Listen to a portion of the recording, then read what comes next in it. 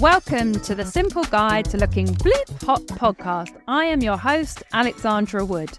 Each month, I'll be exploring the highs and lows of business and how style forms a huge part of building a personal brand. I bring a modern twist to the often stuffy world of bespoke tailoring, and in each episode, I'll get the measure of my guests, from fashion faux pas to business seminars.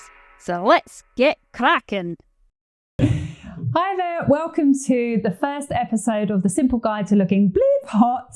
I'm here today with a lovely guest, Suhail Hussain, who is a private doctor GP. So without further ado, welcome. Hi, thanks. So thanks so much for coming today. And I'm just going to say a bit about how I met you, which was at a networking do, which I think was about 3-4 weeks ago. Yeah. And when you told me what you do, I was quite surprised because you were quite stylish. No disrespect to other doctors.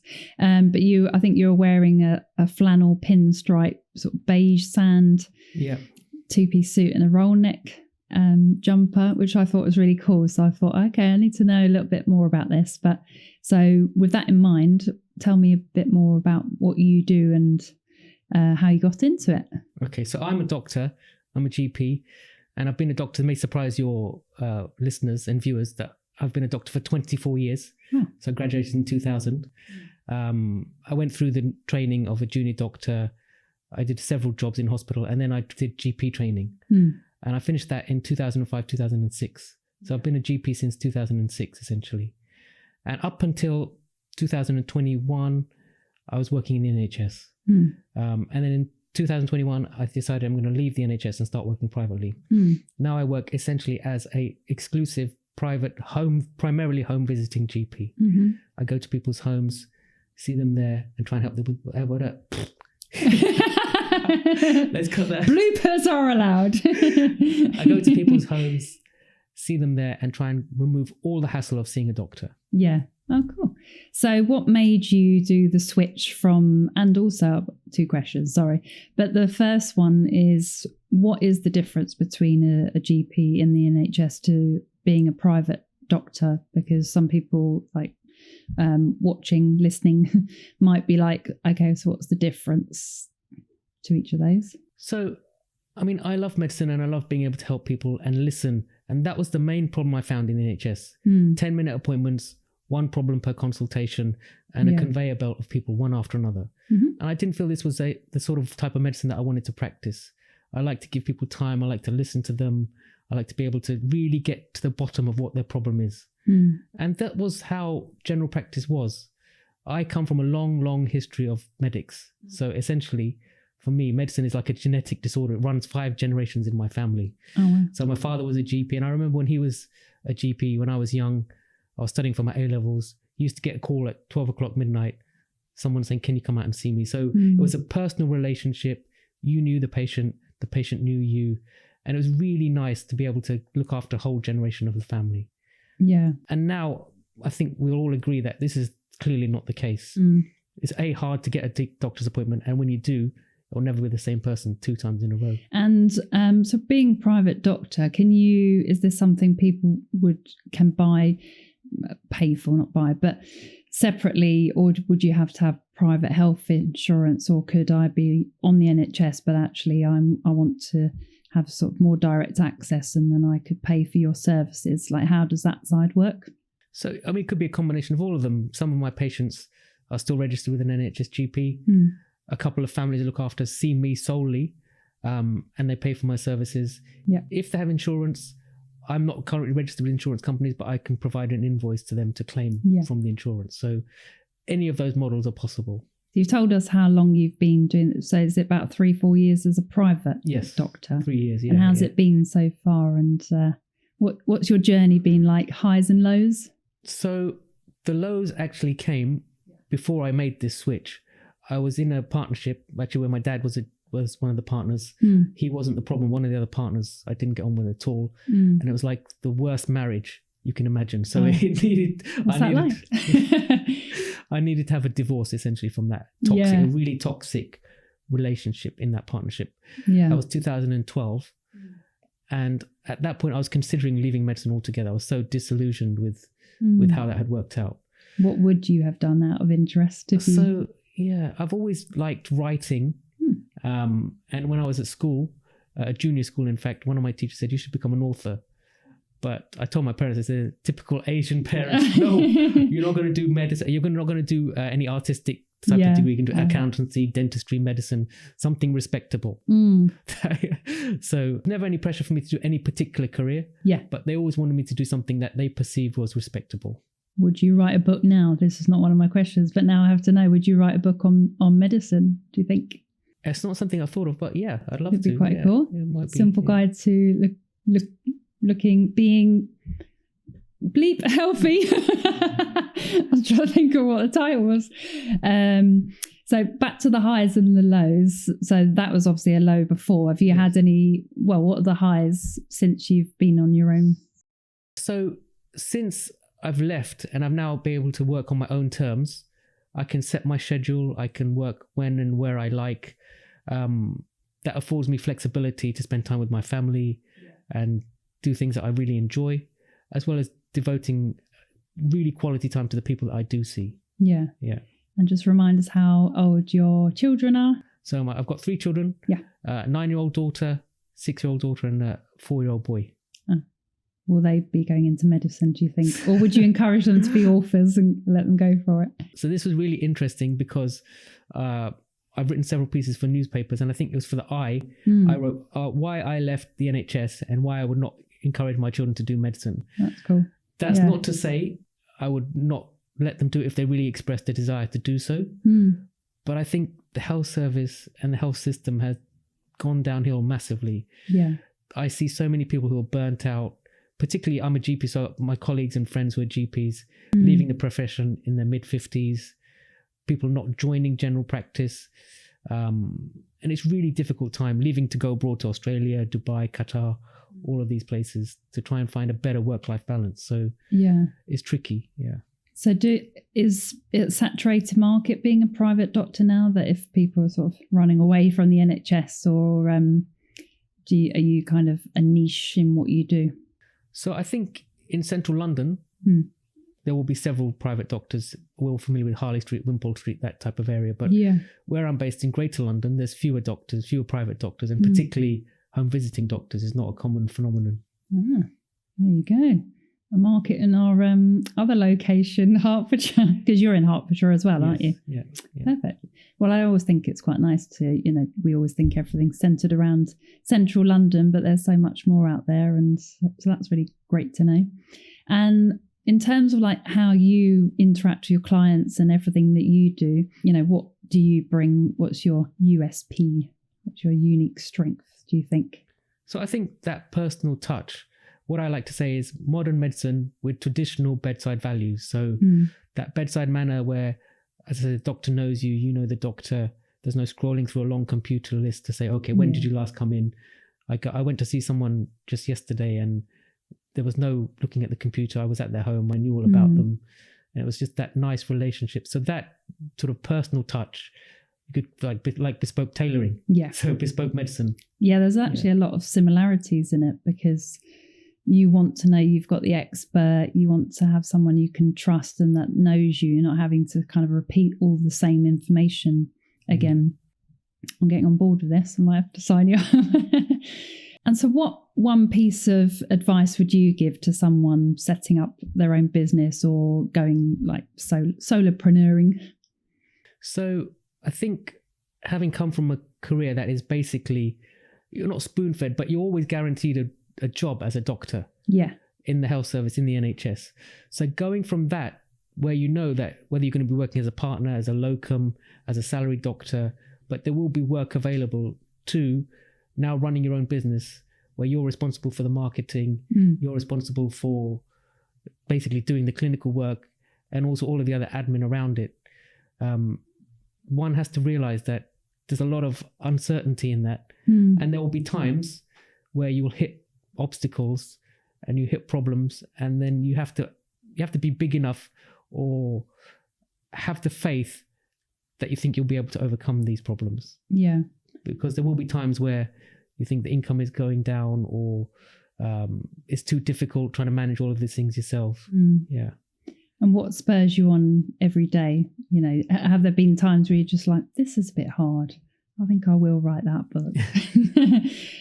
You know, when you do feel like that, because I think we all do as entrepreneurs, you know, sometimes, well, you're on a high, things are going really well, but naturally you have those days where you're just like, oh, this is a bit much. When you feel like that, what do you do in terms of kind of looking after yourself mentally, you know, or do you have a supportive network around you?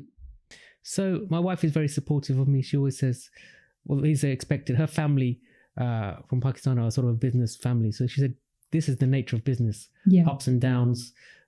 You'll have good days, you'll have bad days. So she always reassures me from that point of view. That's nice. Yeah. And my family is, I suppose, one of my main drivers, my main motivators to try and keep going. Yeah. Definitely. Is your wife in the profession? I guess she's looking after. Yeah, she looks after the kids. Yeah.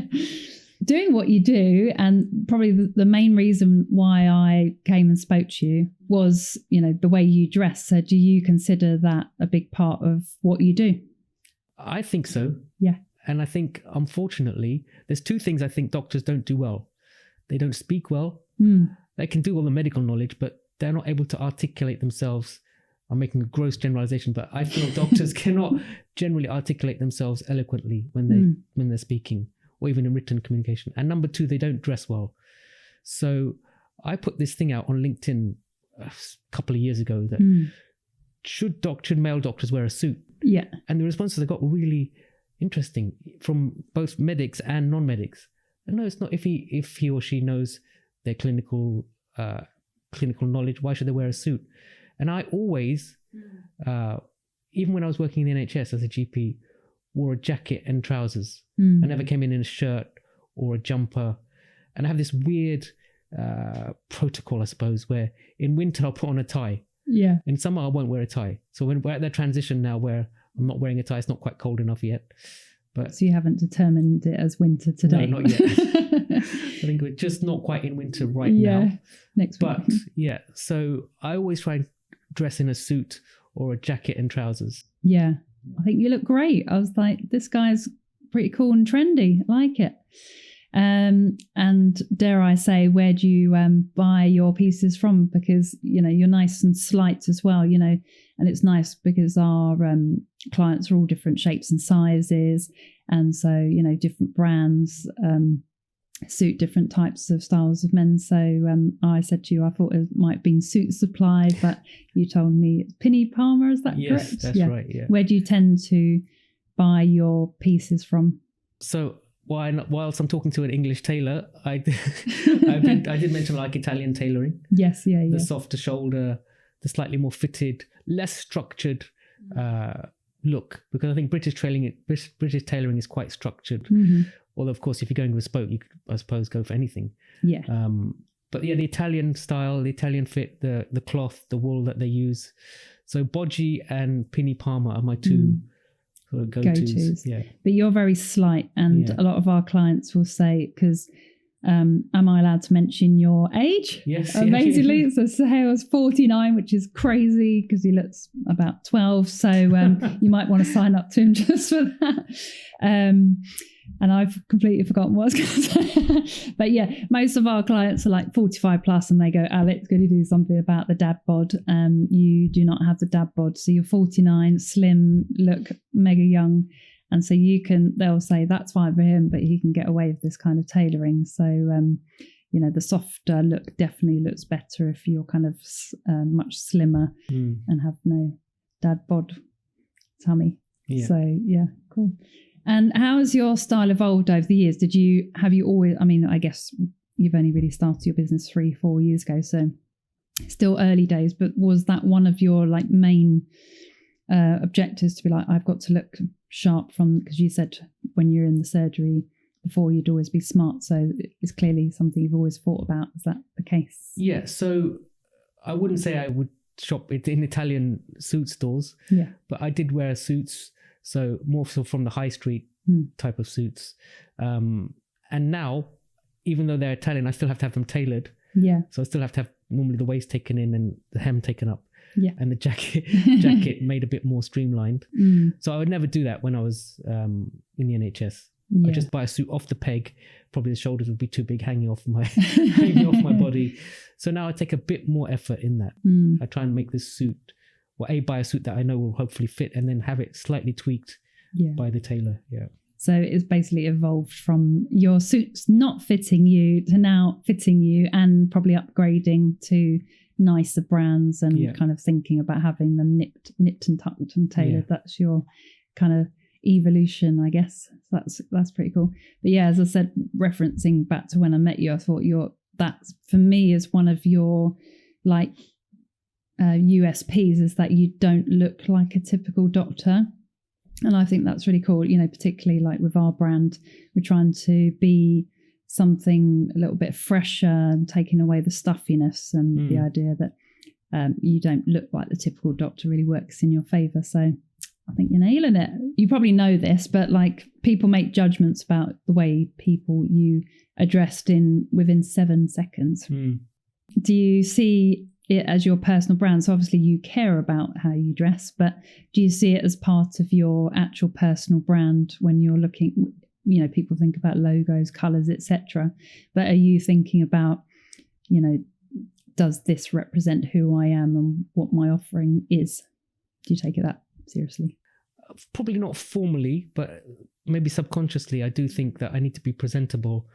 Now, sometimes if I'm going on a visit and I haven't shaved, my wife says, you need to shave. Because part of seeing the doctor is a therapeutic process.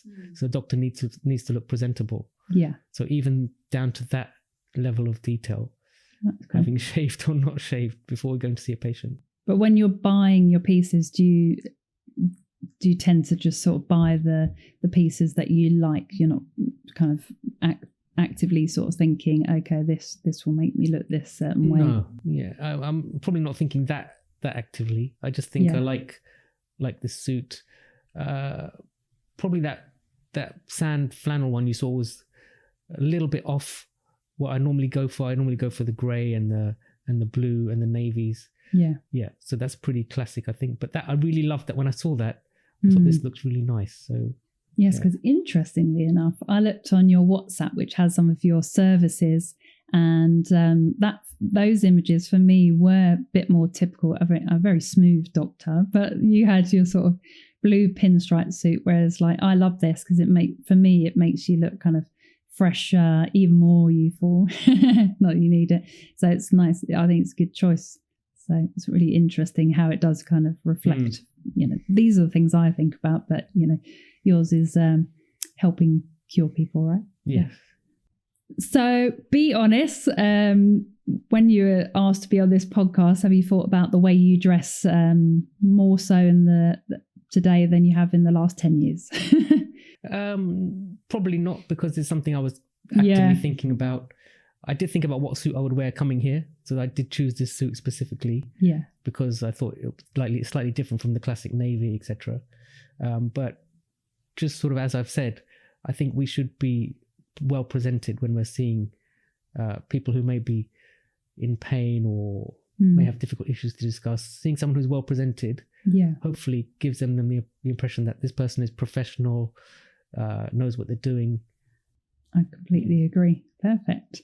And so thank you so much for answering all the questions, like really interesting. I mean, I didn't really know it was an option till I met you. So what services do you provide? What would you like to share with our audience, like how they can work with you? I think you said you had a new service launching. Yeah, so having said that, I'm based in Greater London. I am looking to move into towards central London and get clients in that area. So it will be the same type of thing: home visiting, personal service. I come to you, you have contact with me. So if there's any sort of issues that you're not sure about, you can contact me. And I'm hoping to grow that service and then take on other people to work with me as well. Perfect. Cool. And where can people find you? I think I've seen your videos on Instagram. Yeah. We are connected on LinkedIn. Yes. Anywhere else? So obviously it's my website, which is basically my name, www.drsuhailhussain.com. LinkedIn, they're all basically my name with, I think, Dr. Suhail Hussain GP. I think that's the handle. So LinkedIn, Instagram, and YouTube. So YouTube is where I try to provide information for people, helpful health information, sometimes a little bit humorous. That's why I loved it. Yeah, Suhail's videos are like very cool, so well worth a watch, and watching one of them you're definitely going to clean your water bottles. So thanks so much for being part of our podcast. It's really cool to hear all about what you do, and all of your information will be on the show notes, so our readers, watchers, whatever is can find us. We're on at Alexandra Wood Bespoke. We'll also have all of our details on the show notes. And what I love about what you do, Suhail, is that you offer a very personalised, bespoke service, which is naturally what we're all about here at Alexandra Wood. So without further ado, I've created a mood board for you, which is something we do for our clients in terms of trying to conceptualise an image for each of them, which has like the designs, colours and styles we would personally design for each client, so they can see what we'll make for them. The nature of bespoke is that you can't see it until it's made, so it gives people a bit of comfort around this. So without further ado, and to our audio listeners who won't be able to see this, I'm presenting Suhail with a mood board that we have designed of various different designs, from burnt oranges and rust to a green double-breasted suit, a slightly toffee linen suit with the tie you mentioned, although that'll be going a bit off piece because it's like tie in summer. I don't know how you feel about that. And a kind of softer blue suit. I thought it just really lends well to your lovely nature and the way you do business, that it will give it some personality, which would actually form a really strong part of your brand and company image. So what are your thoughts on it? So immediately I'm drawn to the guy at the bottom who's wearing, I think it looks like white trousers. Yeah. And is that a linen jacket or? Yeah, it's kind of like a sand linen jacket, and then it's got the white shirts. And it's quite a nice soft sort of neutral colours. So I think white trousers are always good, even in winter sometimes. Oh, wow. They add good contrast. So I really like that. The guy in the top left with the rust coloured suit, that one is not something I would consider. Yeah. Doesn't really speak to me. It seems a little bit out there, I think. Yeah. I think there's a fine balance as well. And with our clients, we tend to say, you know, we're trying to push out of the comfort zone a little bit, but all in all, you've got to know that you're kind of feel comfortable in the clothes that you're wearing. So yeah, I'd probably say the more neutral palette. I do think the green would look great, and the double-breasted green suit. Yeah, so I haven't done double-breasted because, as you said, I'm quite small, so I don't know how that would... If it's obviously tailored, that's different, if it fits well. But I've never gone for double-breasted, so that would be a new venture, a new... That could be your next move. Yeah. Perfect. Well, thanks so much for joining us today, and thank you to my listeners and readers for joining us. We'll see you on the next show.